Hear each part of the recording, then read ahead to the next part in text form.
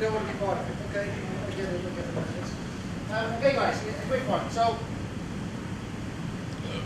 this is going to be sort of like two angles in here. So Cohen launches products. Cohen is the people on the left side, and I think you have sort of like looked after product launches. Was that? What is Cohen for? You looked after product launch. We can give it. That's a different story, right? So my first question is, when you launched your product for the first time, what do you remember from the first contact with the customer? What were some of the responses you were going to get out?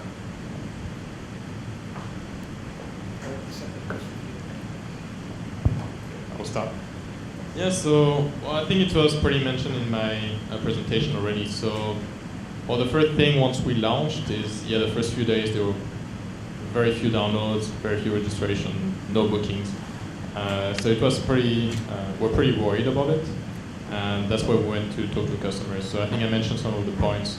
The UX was not right, the inventory was not right, there were not enough hotels, the payment solution was not right, languages, currencies. There was really quite a lot of issues we learned from the customers, and how we had to switch up a lot of things on the product over the next few months. Like I said in my presentation, I had like a landing page before I started working on the product. And it was collecting emails and pushing it out. So it was always feel like it was launching, but I would selectively email some people in like a closed beta to get them in before the product was live, to get them to use the product. Even though it's not really working, it was just like a PDF report or static analysis to see if they would open the email, see if they would even read what I sent them. So we pivoted before we even made that product. And the second time, the big one was like after the accelerator with the lead generation. And we had the emails already from the first version, so we emailed out the list. And I got a little bit of PR from local like players I knew, and that is. So you hear a lot like accelerator programs and incubators, they often get people not to touch any coding. And the first thing is customer discovery, product market fit, all that sort of stuff. You guys just throw it out of the window, or was your landing page the first thing that you guys said, well, just launch it, see how it goes? So in our case, we didn't join any accelerators on programming thing from day one. Actually, most of us, like the co-founding team, we used to work before we did startups or big e-commerce companies, so we had already some of the knowledge and know-how on how to start it. But of course, it was very different after we launched. So I would say the question was more, so they often advocate, you have to do lots of customer development, lots of sort of like start a variation of market research. Did you do any, or did you just go, let's hack away, put something online and see what goes? I would say we first looked at what our competitors are doing in the US and Europe, and I think the first product that we launched was quite similar to them. But we didn't do much customer research before actually launching, because we just didn't know where the customer is actually. It came more after, but at the same time, we could have done it, to launch a better product, but we also had to rush to launch it. So it was really, we were really wondering, should we spend like more months on preparing the product, or should we launch at some point? In this case, we already postponed a few times, so we said, okay, let's just launch. Because we had to hurry up for fundraising, or to hurry up to hire people. Maybe we were also scared that competitors would come in the market for us. So we had to rush, and that's why the first product was far from perfect.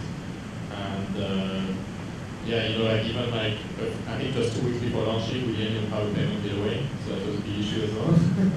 We're actually still waiting because one of the payment gateways selected was actually blocking us with legal paperwork.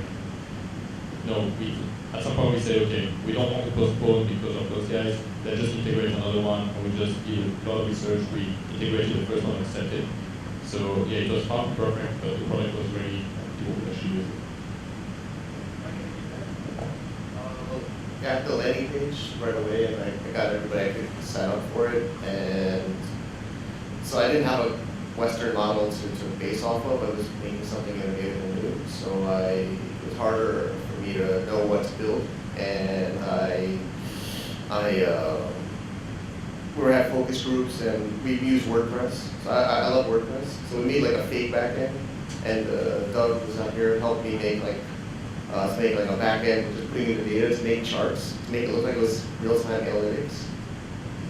We did anything we possibly could to not do that. Well, first of all, we didn't have any people to help develop. It was hard to find, and also I think it was so we're constantly before the accelerator, just constantly getting feedback and users and focus groups to figure out what people wanted. The hard part after that was giving them what they wanted.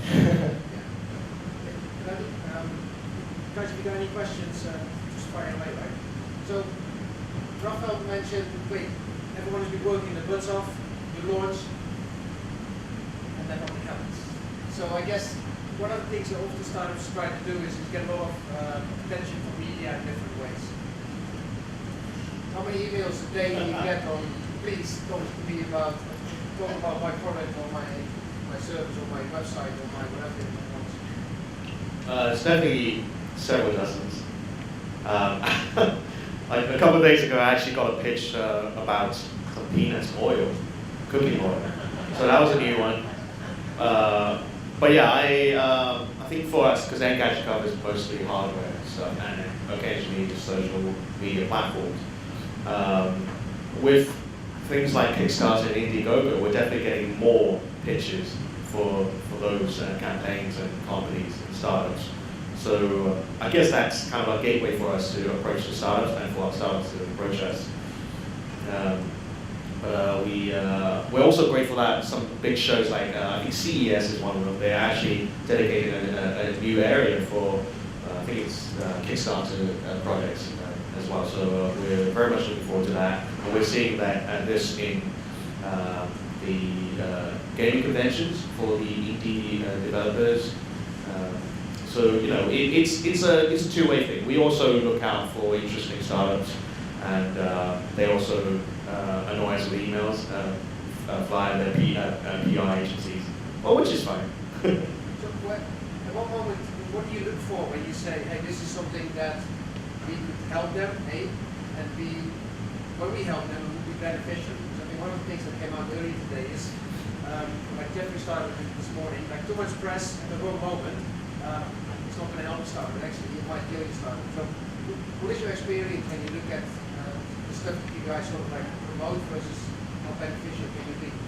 Well, the kind of things we look for needs to be things that are suitable for our audience, and who are mostly interested in the really interesting hardware, gadgets. We don't want something that's been done many times before. That's actually the case with Kickstarter these days, sadly. So it needs to be fresh, it needs to be unique.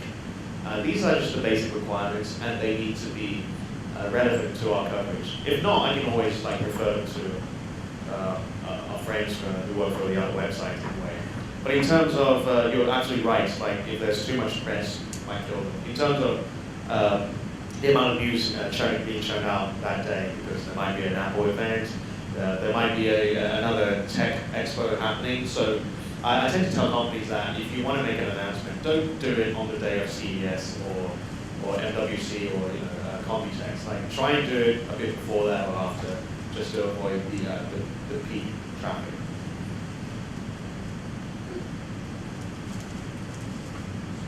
So when you guys launched, was there a moment in time you said, okay, now I actively need to start engaging press or the media in any way?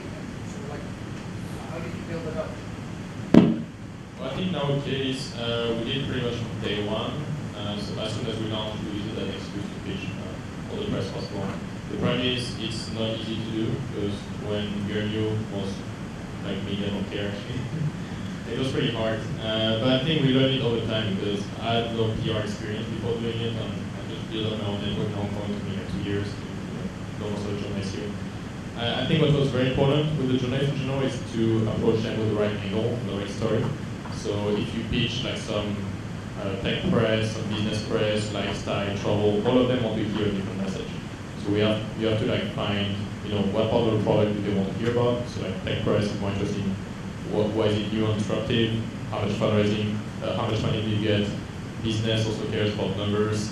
They care about how it's going to help the business travelers.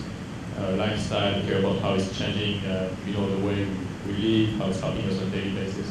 So we have to find the right angle, also the right events to join, whether it's New Year's Eve or Valentine's, actually good for us as well.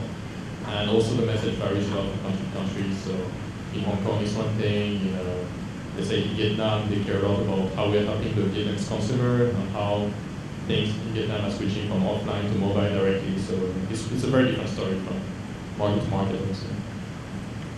I guess through the accelerator, they did like on demo day, we use a PR event.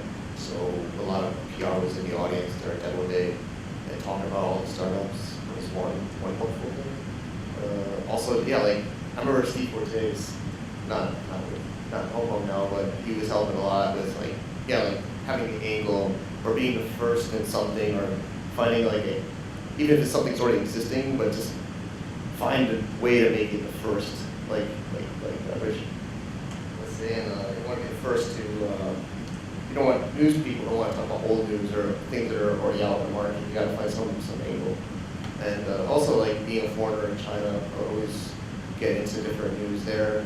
That would help for the agent recruiting more than the client side, but also maybe being personal on a personal side too.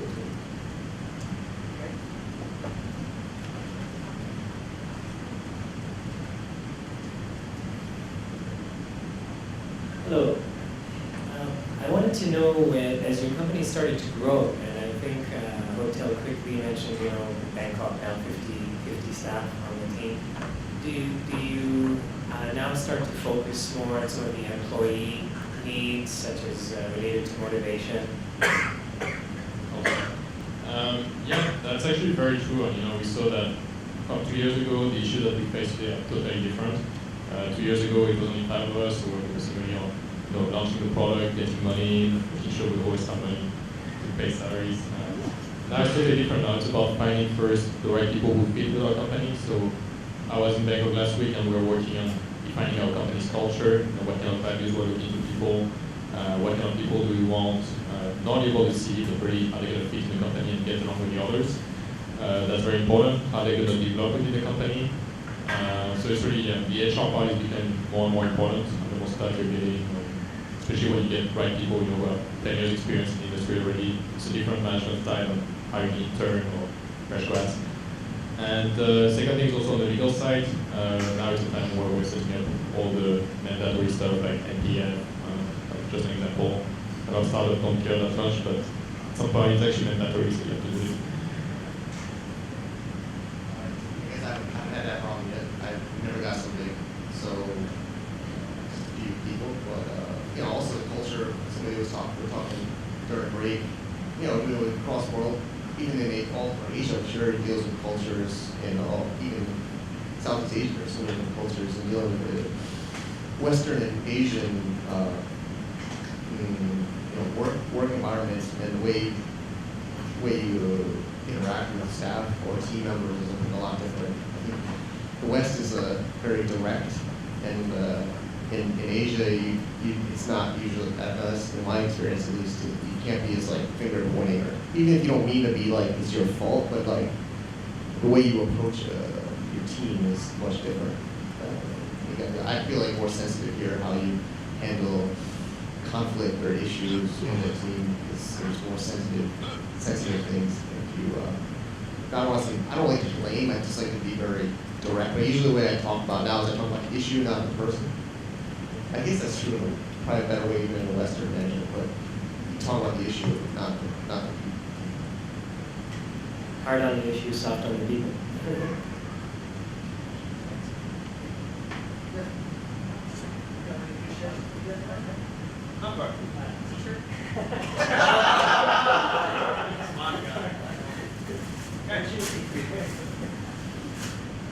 Okay, I want to back it back a little bit.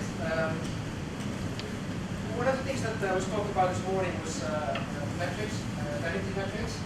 So when you start to launch a product, how did you figure out those are the things that are important to measure? I guess I would say revenue. I would, like, we've had one in pivots, but I would get customers paying a couple thousand RMB a month for like subscription of the software. And always the tricky part for, at least when I've been doing it, was are they paying for the actual product, or are they paying for the service of the person that they're talking to? Because it's always overlap with consulting. So I always try to be careful I didn't get into like training and consulting. I wanted to be selling the product. But the revenue was always what we always think about. And there's of course downloads. But like you said, that's part talk about too, is downloads are one thing, but revenue using the product is another. But for me, it was just pretty much revenue and user sign-ups. Yeah, well, I think in our case, it's there are quite a lot of different metrics we look at, and they also evolve over time, so it depends on the stage of the company. So I think the very early stage we care about, first on the inventory side, how many hotels are we signing, what discount they're giving us, the commission. Most important is especially on the user side, so we care about how many bookings, but actually in our industry we count room nights sold, so how many room nights we sell every day. We care about the number of download, registration, but the most important is really like the transaction. We're looking at room nights sold, the revenue per day pretty much. And those metrics vary a lot, of course, between departments. So those would be more marketing focused, but I would say also on the marketing side there's a CPA, and the cost per acquisition. Looking at the CPI, the CPR to measure how much money are you actually spending to acquire downloads, registration, customers. And it varies by department. So IT is going to focus on 30 different metrics about product itself. Sales, we're focusing much more on the hotel side, so especially how many hotels we're signing, how many direct contract, the commission, the discount. Yeah, it varies a lot, but it depends on what's your goal, right? Is your goal to reach the next fundraising round? So in this case, your investors may ask you for different numbers.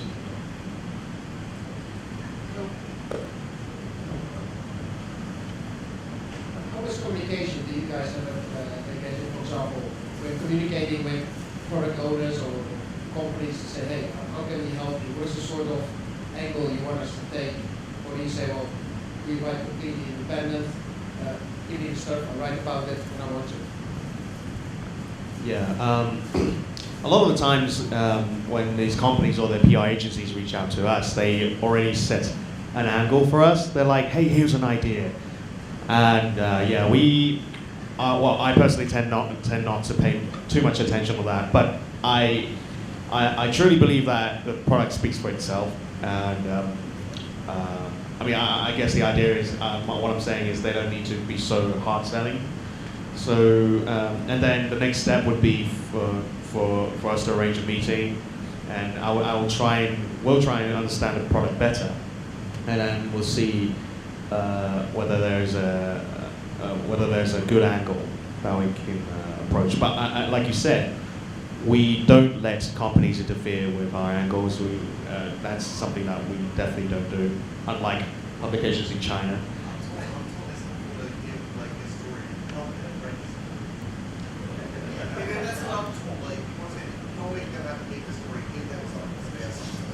Right, yeah, but I mean, so first of all, in the email subject lines, they always start with like a feature idea, blah, blah, blah, blah. I'm like, well, first of all, you can just tell me what it is in the headline, and then we'll go from there. Like, that's like an instant turn-off, for me personally anyway. That's not to say don't pitch without an angle, but it's all about the tone. It's all about the approach. Don't spam people. Please don't contact us on Twitter. Don't copy and paste these tweets. Don't use a robot. That's just really bad. But a lot of people still do that, especially with Kickstarter projects. No, we always like to meet up and check out the products and understand more.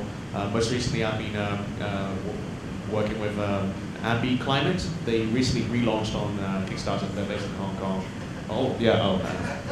That was before his time actually. So disclaimer. No, that was way up. But no, I bumped into the CEO at TechCrunch Beijing not too long ago, and no, well he offered it, but that's the thing. We can't own these devices and products, but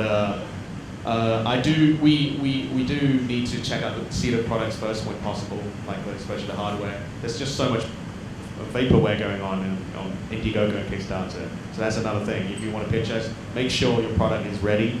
Make sure it's not too buggy, so that it doesn't, so that you don't embarrass yourselves. No, we're always having to discuss and make sure we're on the same page in terms of what your product offers. Oh, you are a bad boy. I don't think they know what. Do you want to explain? It's like a red pocket on here. It's bribery, basically. But in exactly. Okay, got some questions going on there.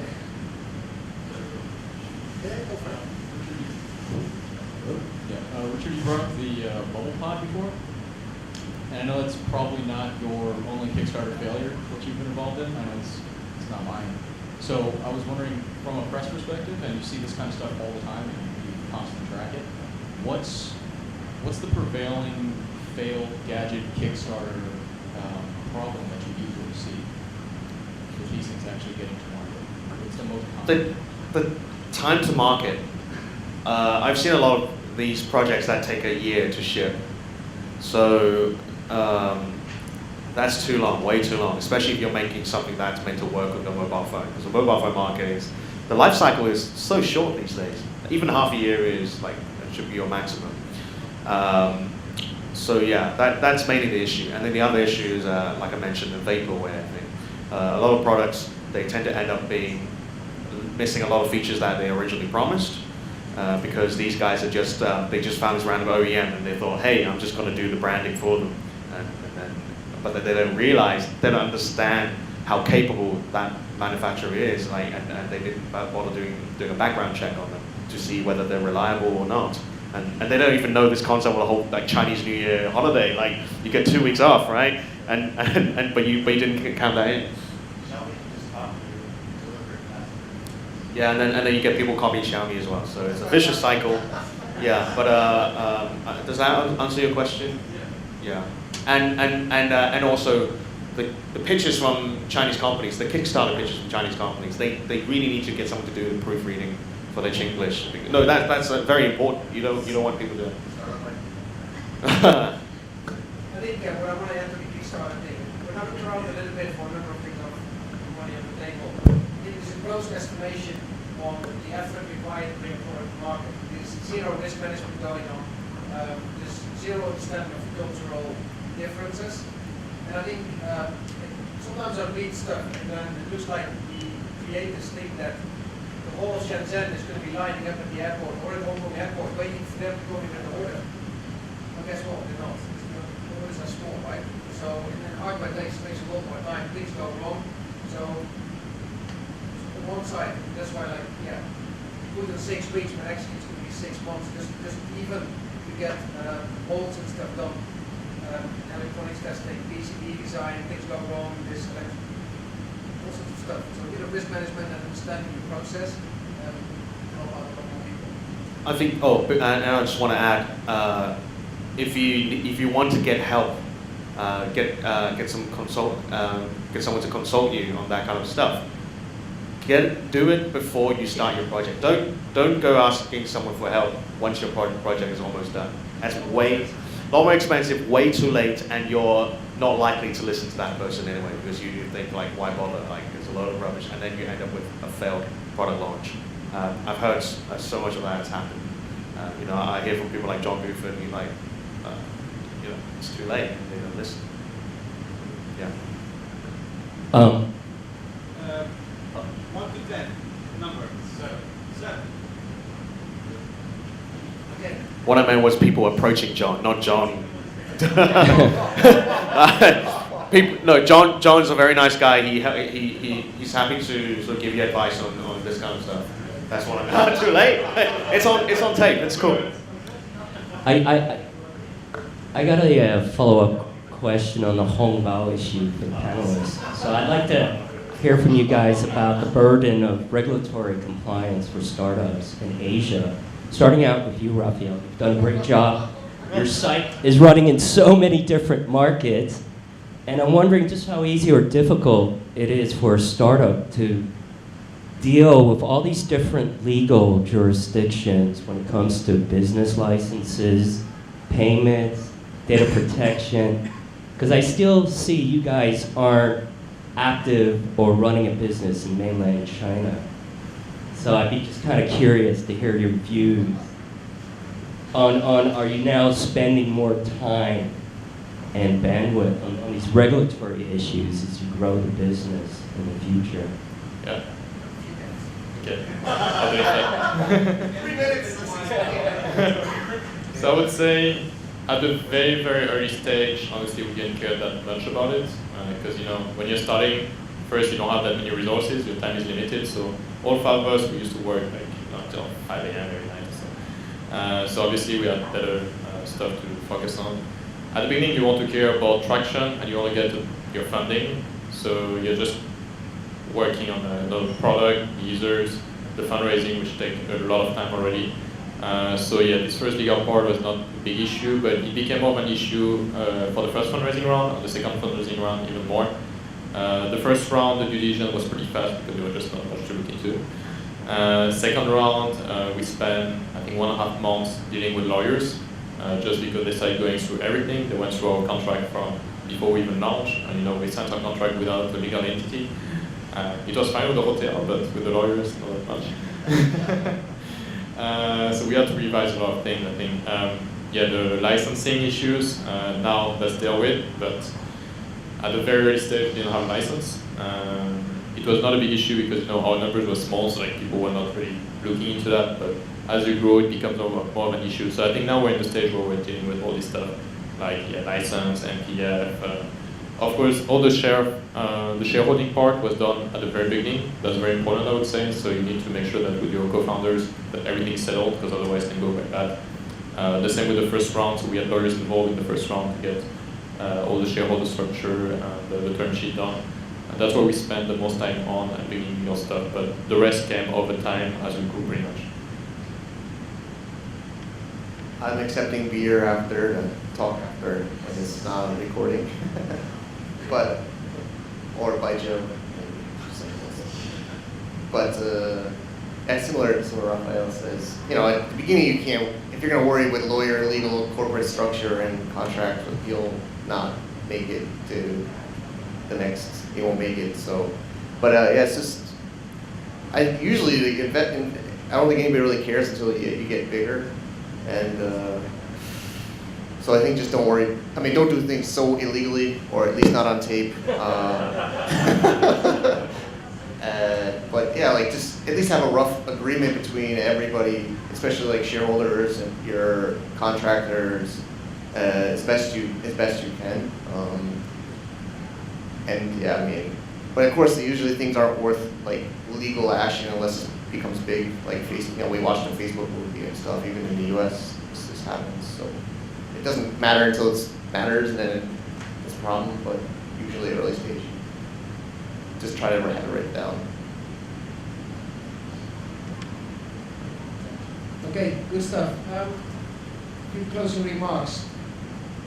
Any suggestions would you guys have for how to achieve an early product market fit? Well, I think, as I mentioned, listening to customers, very important for me. So before launch, if you can do it, when you launch, after launch, and constantly after that. You see also what's happening in other markets. So what can you replicate and learn from mistakes of others. So this conference was all about failures, but you can already study failures from other markets.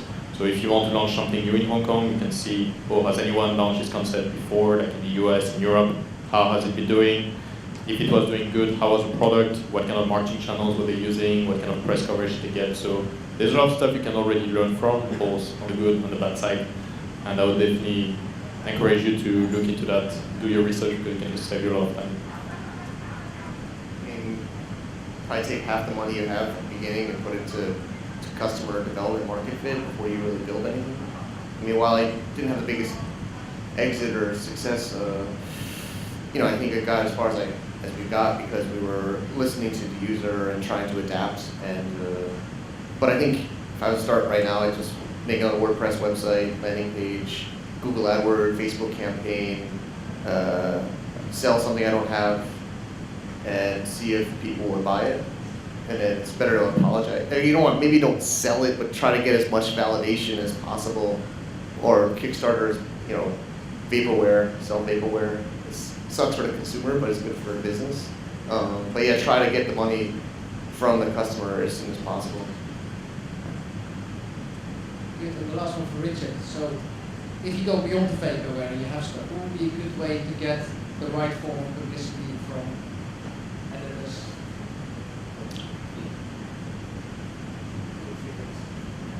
It's always good to, well, it depends. There are certain risks if you reach out directly, because you might not necessarily know how you should approach these people, especially if English isn't your first language as well. That's also one thing. But I would say definitely reach out to, sometimes it's worth the money to hire a PR agency, or at least speak to someone in the know, or maybe just talk to someone from the press. Don't expect them to write about your product, but they will know very well how to, they give you some good suggestions on how to reach out to other people and what to do, what not to do, because you know, people like me, we spent several years in the industry, and we can at least give you some advice, or tell you, like, maybe recommend some PR agencies, who knows. But that's, I think for certain products, it's definitely worth spending the money, especially if you're going out to the Western markets. So always speak to people in the know. Reach out to the media, but don't always expect them to, don't reach out to them just for the sake of having coverage. Speak to them to get some thoughts.